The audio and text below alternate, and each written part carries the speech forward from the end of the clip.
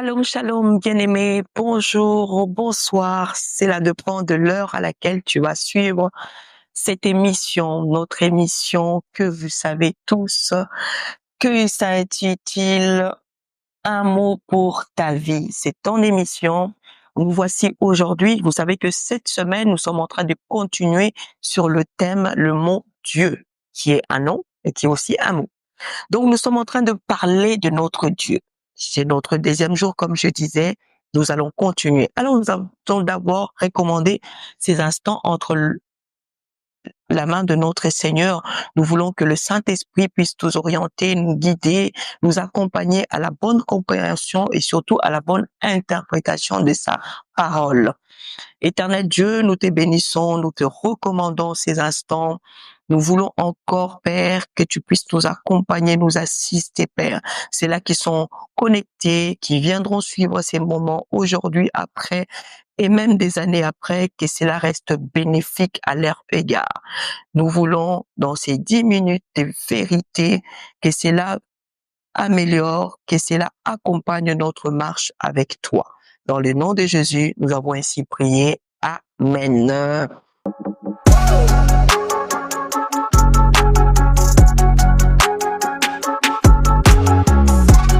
Je disais que c'est notre deuxième jour que nous sommes en train d'explorer le mot Dieu. Donc cette semaine, on a mis Dieu en évidence. On a commencé avec Dieu parce que c'est lui qui est l'auteur de notre destinée. C'est lui qui est le maître de ta vie. C'est lui qui est ton créateur. C'est lui qui est le début de toute chose. C'est pourquoi le Saint-Esprit nous a inspiré que l'idéal était de commencer avec lui. Alors, nous avons compris que Dieu est une personne. Et en sachant que c'est une personne, il faut soigner la relation avec cette personne. Et pour bien soigner la relation avec une personne, cela nécessite une réciprocité qui est correcte, être réciproque de la personne. Quand tu es réciproque de la personne, il faut savoir le supporter, il faut savoir l'écouter, il faut savoir ses mimiques, il faut savoir qu'est-ce qu'il fait, qu'est-ce qu'il entend. Donc, on a besoin de comprendre qui est Dieu pour bien vivre avec lui, pour bien comprendre ce qu'il attend de nous, pour bien comprendre ce qu'il veut de nous. Des fois, nous ne comprenons pas ce qu'il veut. On se met des fois à critiquer Dieu. Il y a des gens qui critiquent Dieu. Il y a des gens qui vont même très loin à pouvoir mettre Dieu à l'écart. Je ne t'accuse pas, mais je ne t'accuse. C'est que j'aimerais que tu puisses comprendre qui il est.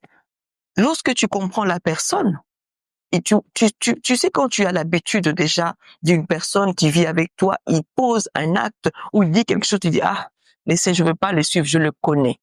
Parce que tu le connais. Il t'arrive des fois à prendre des décisions fermes vis-à-vis de Dieu parce que tu le connais pas. Parce que tu le connais pas. Il faut que nous connaissions qui est Dieu. Alors aujourd'hui, je voulais qu'on parle de qui est Dieu. Qui est Dieu pour toi? Qui est Dieu pour moi? Bien-aimés, nous allons les comprendre, comme on a dit, par des vérités bibliques. Et j'espère que je l'avais identifié précédemment. Je dis, pour comprendre ou connaître une personne, il faut partir par son identité. Mais j'aimerais qu'on exploite tous les noms qui possèdent notre Dieu et savoir l'impact de ces noms dans ta vie. Tous les noms qui possèdent caractérisent la personne de Dieu. Les noms de Dieu caractérisent sa personnalité. Et sa personnalité vient maintenant apporter ce que tu cherches. Vient maintenant apporter ce que nous voulons. C'est pourquoi nous devons connaître, identifier qui est Dieu. Premièrement, nous allons le comprendre dans les livres de psaumes. Nous allons lire, comprendre cela. Qui est Dieu? Qui est Dieu pour toi? Qui est Dieu pour moi? Psaume 90, et je vais lire le verset 2. Nous avons beaucoup de versets à explorer aujourd'hui. Sois simplement attentif avec moi. J'annonce la parole de Dieu. Il est écrit dans Psaume 90 au verset 2. Avant que les montagnes soient nées et que tu aies créé la terre et le monde, d'éternité en éternité, tu es Dieu. D'éternité en éternité, tu es Dieu. C'est que nous constatons que Dieu est une personne immuable. Il reste en éternité Dieu. C'est que cette personne n'échange pas la personne de Dieu, la personnalité de Dieu, les paroles de Dieu, les comportements de Dieu n'échangent pas. Alors que toi et moi, nous changeons. Aujourd'hui, je peux dire A, demain je dirai B. Aujourd'hui, tu peux me dire que je te donne, demain tu peux dire que je reprends. Mais ce n'est pas Dieu, ce n'est pas la personne de Dieu. Quitte à connaître la personne que tu sers, quitte à connaître la personne que tu pries, quitte à connaître la personne que tu parles. Je te dis que Dieu est avant tout immuable. C'est ce qu'on appelle l'immuabilité. C'est-à-dire que éternellement, il reste Dieu. Il reste Dieu. Il est inchangeable. Il ne change pas. D'éternité, la Bible, le psalmiste parle. Il dit que avant que le montagne soit né et que tu aies créé la terre, c'est-à-dire avant que le monde, avant que toi et moi, avant que tout puisse exister, il était déjà dans sa suprématie, dans sa puissance, dans tout ce qu'il possède, il était déjà Dieu. Et une telle personne qui ne change pas, qui n'a ni ombre de variation, ni ombre de changement. Tu imagines comment doit être ton approche vis-à-vis de ce Dieu? Comment doit être ta relation vis-à-vis de ce Dieu?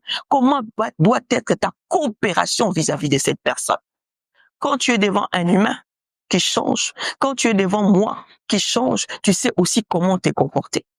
Je t'invite aujourd'hui à savoir comment est-ce que tu vas te présenter devant cette personne qui ne change pas. Il ne change pas.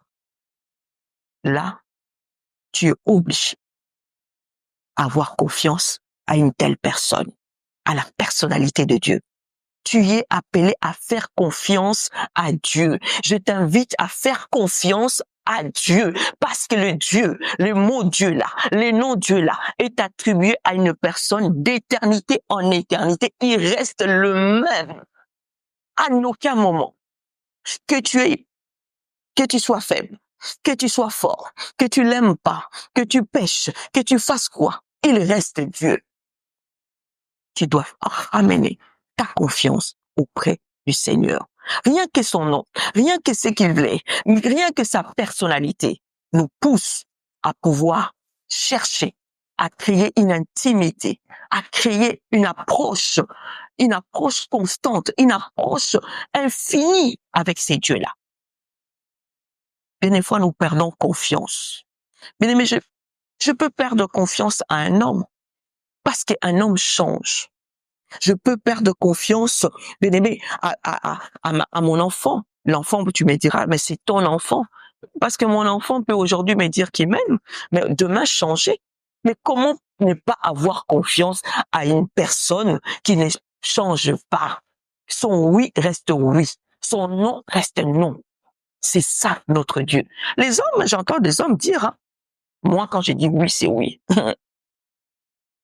Mais devant le oui, là, si on lui apporte quelque chose qui touche son cœur, il peut changer les positions. Il peut changer des propos. Mais Dieu, il est incorruptible. On ne les corrompt pas. C'est pourquoi la Bible, le psalmiste parle ici, il dit, avant que toute la terre puisse exister, en éternité, c'est-à-dire de devant, de l'intérieur, d'après, il reste toujours Dieu.